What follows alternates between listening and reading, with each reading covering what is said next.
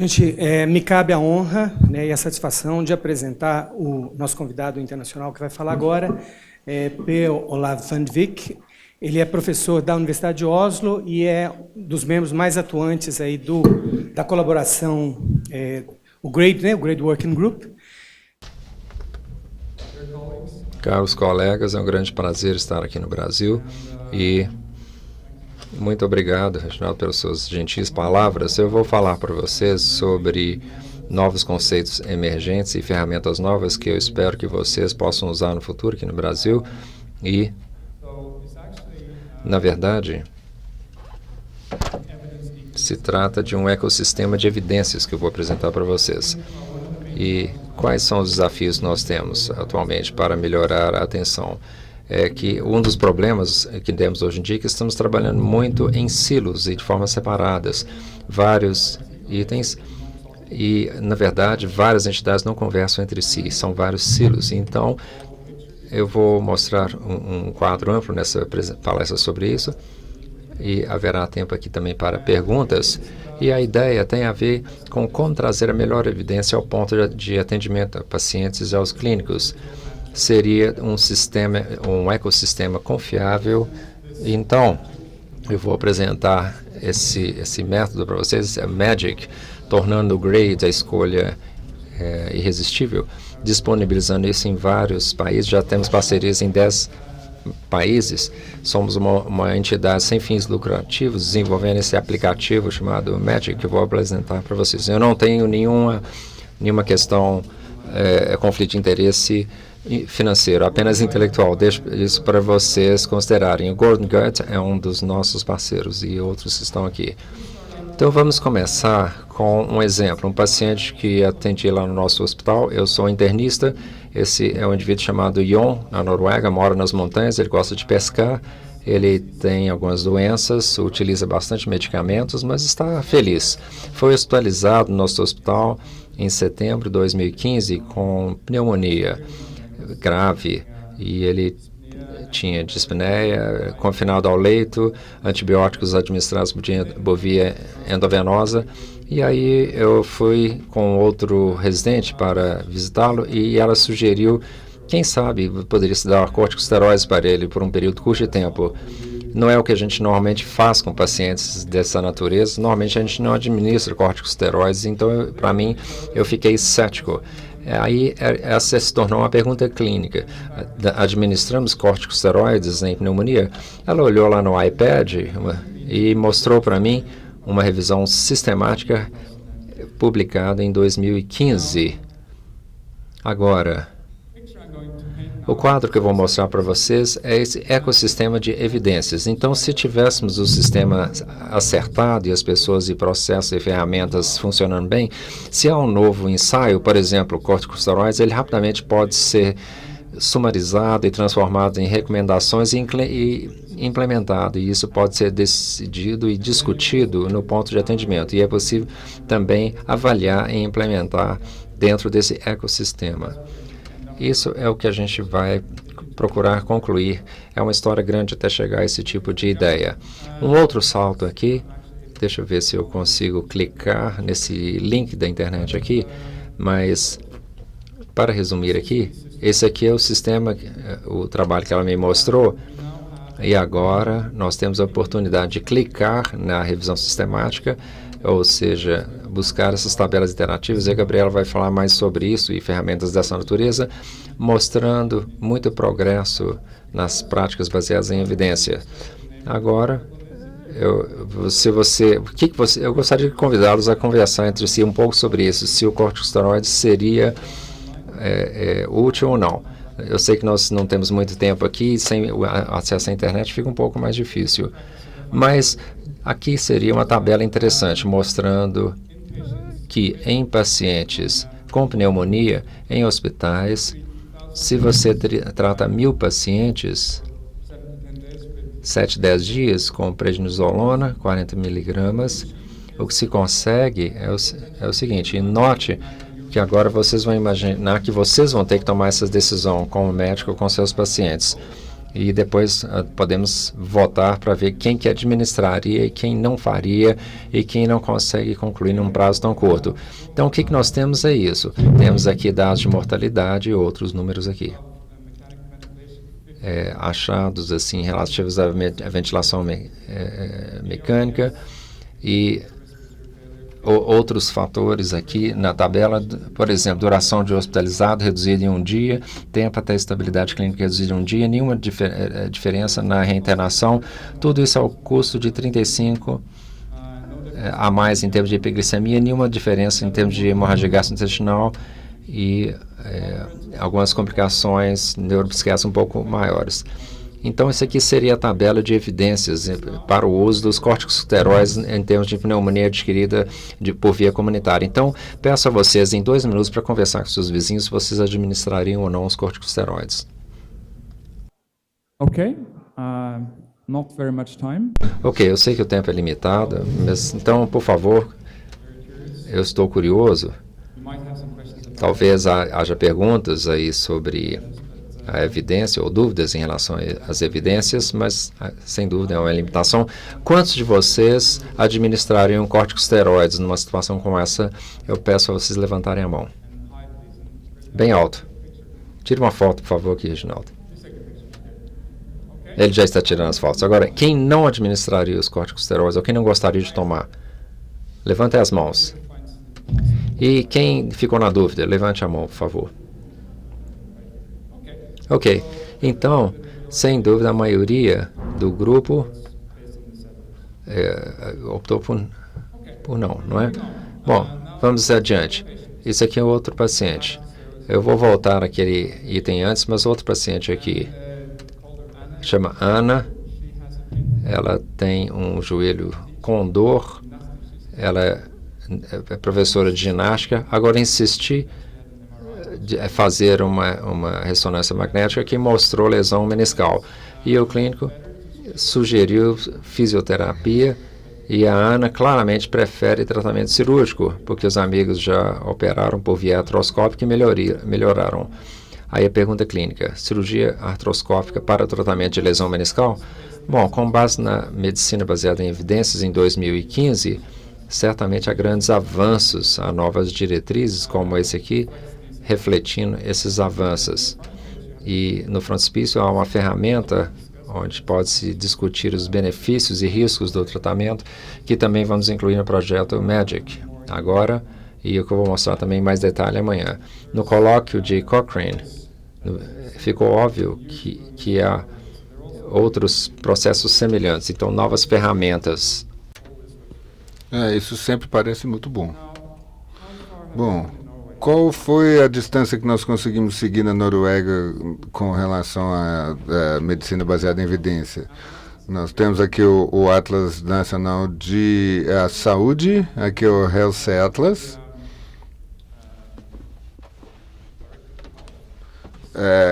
Um recurso de saúde mostrando as relações com os cuidados de saúde aqui, específico de uso, mostra na Noruega os dados de mais alta frequência dessa prática comparado com outros lugares da Noruega. Então, o nosso ministro da Saúde aqui, ele disse que nós temos que parar de fazer isso. Isso é um desperdício e as pessoas não devem receber esse tipo de tratamento. O diretor do Trust de Hospitais da Noruega disse: na verdade, eu acho que é impossível saber o que fazer nesse caso, e assim como a maioria dos estudantes também. Eu falei alguma coisa sobre evidências sobre surgeria meniscal, e não sabemos muitas evidências desse tratamento específico. Quando eu ensino prática médica, é isso que eu ensino. Eu sempre começo pensando cenários clínicos, tentando achar respostas, achar melhores práticas, fazer perguntas às pessoas que buscam as melhores evidências. Então, melhores práticas têm a ver com isso. No entanto, nós precisamos de diagnóstico. Então, é por isso que eu tento ensinar como encontrar as melhores diretrizes e também uma atualização, por exemplo, com relação à evidência. Daí nós criamos recomendações para grupos de pessoas. Então, ainda temos que aplicar essas recomendações, equilibrá-las com relação às pessoas individuais. Isso está no Prática Médica Baseada em Evidência 2015. Vamos ver o que tem aqui dentro do círculo. Primeiro, qual que é a qualidade do nosso avanço nessas perguntas? Essa é uma visão sistemática, eu acho, de 7.000 perguntas, e os resultados são consistentes, muito positivos, eu acho, porque cada segundo paciente recebeu uma pergunta clínica muito importante que podia mudar o diagnóstico e o tratamento dos pacientes. Como que a gente buscou essas perguntas? Eu acho que esse é o desafio que temos que abordar. Em alguns dos comentários na apresentação anterior levam a isso, realmente encontrando as melhores evidências e utilizando-as. Bom, alguns eventos nós podemos fazer sem as diretrizes. É assim que a gente faz em 10 países, mostrando uma preferência clara. Nós sabemos agora que as evidências, que os médicos querem e precisam de recomendações, então, recomendações comparadas só com evidência mesmo. Em médicos que utilizam elas. Na Noruega, nós temos um sistema nacional, eu acho que é muito interessante vocês saberem mais, porque nós temos, chegamos num nível estratégico na Noruega para justificar e utilizar todo tipo de recursos. Também usamos uma pirâmide matemática, é isso que eu ensino em cirurgia meniscal, por exemplo, e tratamento de menisco e cirurgia. Nós encontramos resultados em cada nível dessa pirâmide de conhecimento, começando com as recomendações no alto. Nesse caso, eu não achei a recomendação para esse tipo de prática, não tem uma diretriz nacional, então a gente tem que ir além desse nível ou abaixo para descobrir qual que é a melhor notícia sistemática. Uso sistemático. Isso começou com um trial publicado na Journal Medicine em 2015, que fez um controle de cirurgia de Sham específica população de pacientes com problema de menisco. Eu achei isso muito importante. O efeito está aqui demonstrado para os resultados finais. Isso foi resumido numa publicação posterior, confirmando que não havia benefício importante para os pacientes ao longo dos testes. De novo, publicado na DMV em 2015. Isso foi o uso direto do hospital. Nós sabemos a evidência, não há efeito nesses pacientes além da procedural. Tá bom, então, na Noruega teríamos que criar uma diretriz, uma recomendação para essa pergunta específica. E eu quero agradecer algumas diretrizes do CITA-Medicine em 2011. Eles dizem que algumas coisas muito importantes para a diretriz. A nova definição requer que as recomendações sejam baseadas em uma revisão sistemática da evidência, e também temos sempre que acessar os equilíbrios, benefícios e danos, e estabelecer limites para garantir que, por exemplo, todas essas atualizações podem ser geridas com confiança, etc. Esse é um enorme progresso no estudo de diretrizes. Também adotado pela Rede Internacional de Diretrizes em junho, os padrões são os mesmos. Os novos padrões, nós temos uma diretriz para diretrizes do Ministério da Saúde, os estados que têm que seguir os padrões. GRADE é o sistema, eu acho que podemos dizer que facilita mais o uso desses vários padrões. Especificamente, quantos de vocês já conhecem o GRADE antes da Hansa? Fantástico. A gente precisa de uma nova foto aqui, porque é um recorde mundial. Vocês sabem que o que a gente faz para uma pergunta específica, por exemplo, cirurgia artroscópica para menisco, por exemplo, temos que ter vários profissionais em volta da mesa, perguntamos perguntas pico para os resultados, tiramos os resultados, vamos às revisões mais sistematizadas e revisamos em perfis de uso, como você viu aqui no começo dessa apresentação. Cada resultado nós temos os efeitos absolutos, os efeitos mais prováveis, como vocês conhecem. Daí, no alto é aqui que a gente faz, os Cochranes que fazem isso. sistemas que estão sendo usados são avaliações de grade, especificamente a evidência da recomendação. Então, a gente observa o equilíbrio entre os benefícios e os danos, à luz da certeza da efetividade, e aí a gente pensa o que a maioria das pessoas gostariam, a maior parte das pessoas, será que a maior parte das pessoas querem esteroides para pneumonia? Bom, não se sabe. A gente tem que olhar qual que é a parcela representativa da população. E daí a gente vê que certamente a gente não quer complicar essas análises. Daí nós criamos o que chamamos de recomendações fortes, que a maior parte ou todos os pacientes querem isso porque tem um benefício claro, ou a maior parte das recomendações se torna fraca porque descobrimos que o equilíbrio entre benefícios e danos não tem evidência. Então esse é o sistema GRADE, para criar evidências e utilizá-las para fazer recomendações. Bom, eu adoro o GRADE, é claro, eu sou parte de fazer do GRADE uma escolha irresistível. Eu postei isso no McNice em 2009, 2010, e eu passei alguns anos fazendo diretrizes de terapia antitrombótica. 138 pessoas no mundo inteiro, 2 anos de estudo, só para atualizar essa diretriz específica. Quando saiu, foram 600 recomendações, 900 páginas de PDF, e eu fiquei cada vez mais frustrado, porque não estava bom o suficiente. Eu gostaria de comentários da plateia. A gente não pode utilizar essas diretrizes nesse formato no caso crônico, e é extremamente demandante em termos de custo, ou seja, todo tipo de grupos fazia isso ao mesmo tempo, para as mesmas perguntas, gastaram anos para conseguir uma diretriz, e aí temos todos esses problemas. Aí nós mostramos uma lista de problemas em 2010. Bom, se as diretrizes estão lá, mas não são disponíveis, como é que usa? Elas não são úteis.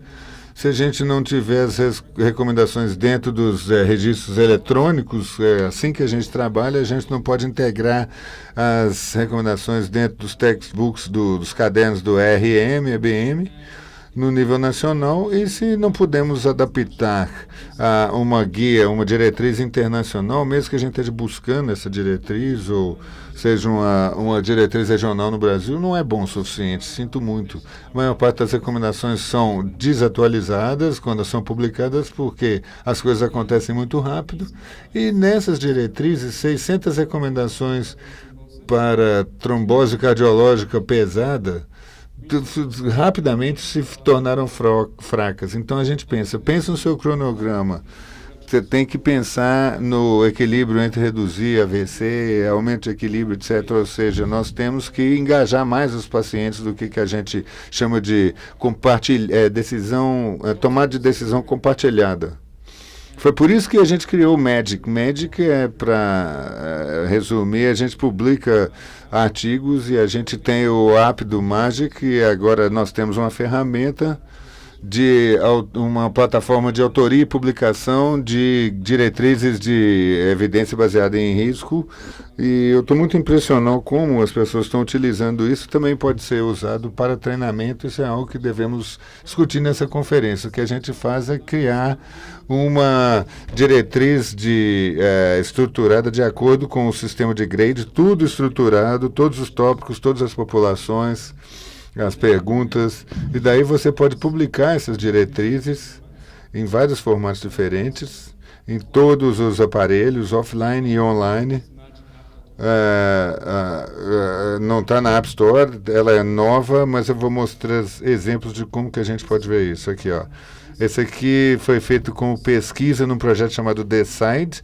Então, nós conhecemos esse formato um pouco melhor do que a gente conhece, por exemplo, UpToDate. A gente pode integrar as recomendações no registro médico eletrônico, linkados aos dados específicos por paciente. A gente pode falar que a gente adapta, porque a gente adapta essas peças que você precisa adaptar. Temos novas ferramentas para tomada de decisão compartilhada para pacientes e médicos. E também uma coisa importante, nós temos, se você tem novos testes de evidência, você pode entrar direto naquela específica pergunta ou recomendação. A gente chama elas de diretrizes vivas e elas são publicadas e atualizadas o tempo todo. E você vai ver mais exemplos aqui à medida que a gente vai passando por isso. Como mencionamos, isso é parte do nosso site. Também temos colaboração com o Gabriel e Pedro Samantos. Então, uma ótima colaboração no nível internacional para fazer essa ferramenta disponível para vocês e também harmonizar como isso vai parecer em diferentes países. Bom, então, esse aqui é o Share It. É a nossa ferramenta nova, vamos discuti-la em detalhes amanhã, mas a ideia é que a evidência que nós temos sobre benefícios e danos já está apresentada no outro aplicativo, então a gente dá isso para visualizar os pacientes e criar discussões entre pacientes e médicos durante a consulta. Nós escrevemos um artigo, mas é assim que ele parece rapidamente, você senta com o paciente decide qual é que vai ser os resultados nos quais ele vai focar e você pode visualizar diferentes maneiras do paciente ver isso e de vocês discutirem.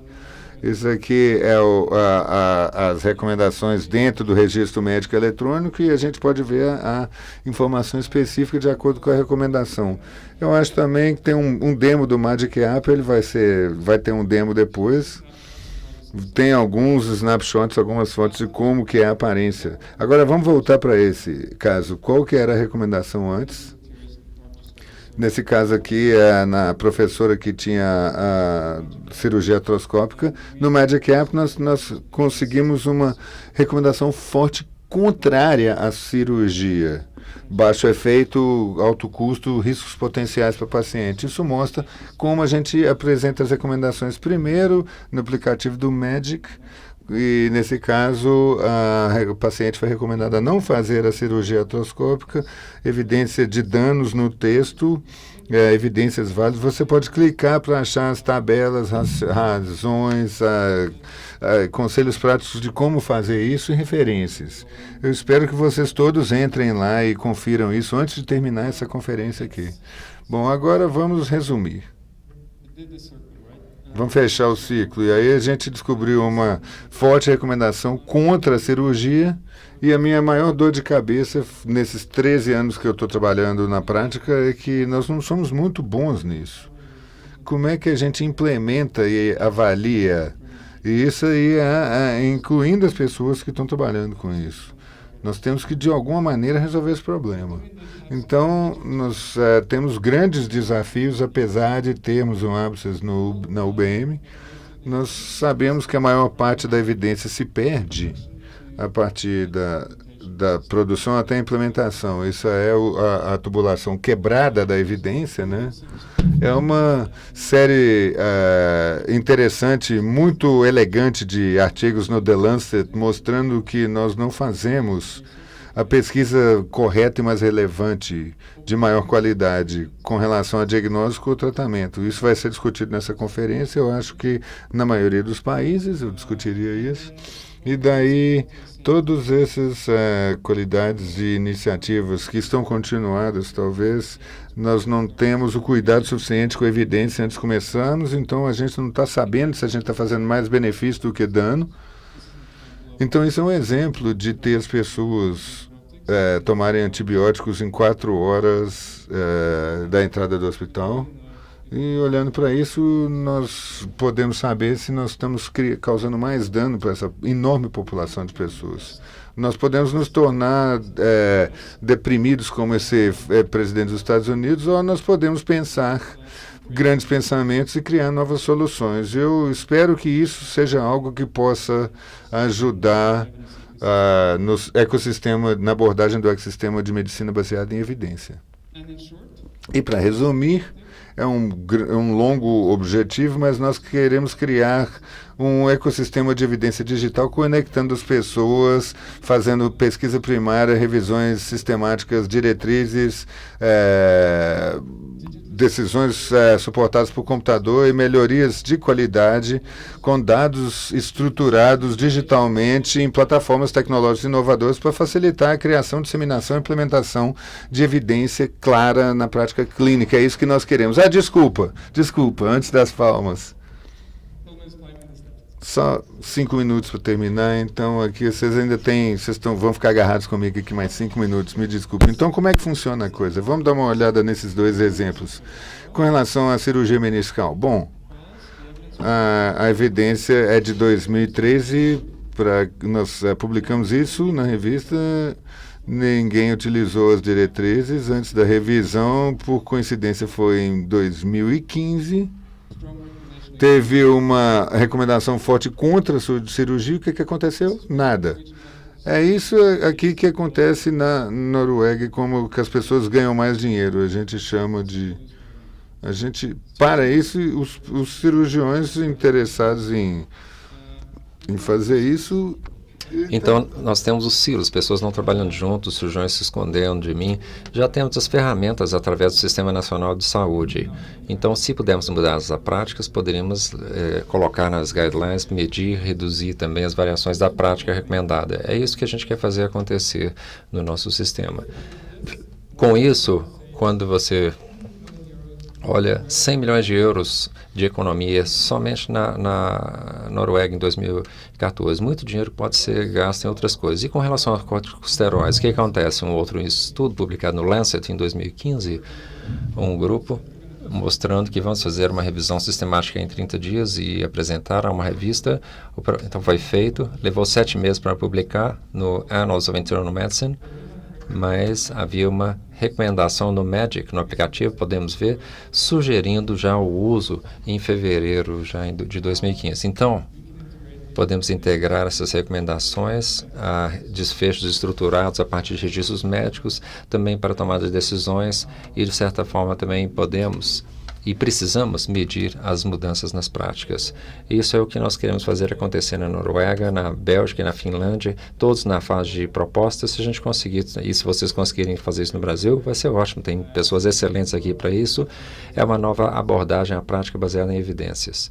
Então, fizermos isso em março de 2015, estimativas conservadoras mostram que já são 400 vidas salvas na Noruega até agora. Então, isso é muito importante para os pacientes e para a sociedade.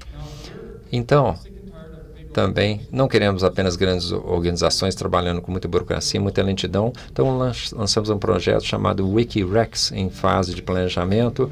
E esse exemplo de corticosteroides em pneumonia é um exemplo. Então, vemos que se há evidências sugerindo novas práticas, vamos fazer revisões sistemáticas em 45 dias, publicando isso e uma recomendação em cima disso, até no máximo em 60 dias, numa boa revista, e no Magic App, e em outros recursos. E com isso, já conversamos com o BMJ, mostrando um formato de publicação das recomendações em uma página, mais evidências e uma tabela também, e vamos ver se a BMJ vai querer participar conosco. Mas isso é outra forma de criar redes de pessoas fazendo o trabalho para realmente fazer uma diferença na atenção à saúde. Estamos agora criando um ecossistema nórdico. As autoridades dos países nórdicos fazendo acordos num grande projeto de inovação. E as mensagens, então, em conclusão, seriam... Primeiro, é um prazer estar aqui e ouvir vocês e ver o que vocês estão fazendo aqui e ver os avanços acontecendo na atenção à saúde baseada em evidências. A tecnologia tem um papel-chave, só temos que fazer o uso adequado da tecnologia. A medicina baseada em evidências nunca é suficiente, precisamos criar elos com outras comunidades que buscam fazer uma diferença na atenção à saúde, criando o ecossistema de evidência, que seria a parte mais importante, essa colaboração e uma cultura de compartilhamento de informações. Muito obrigado.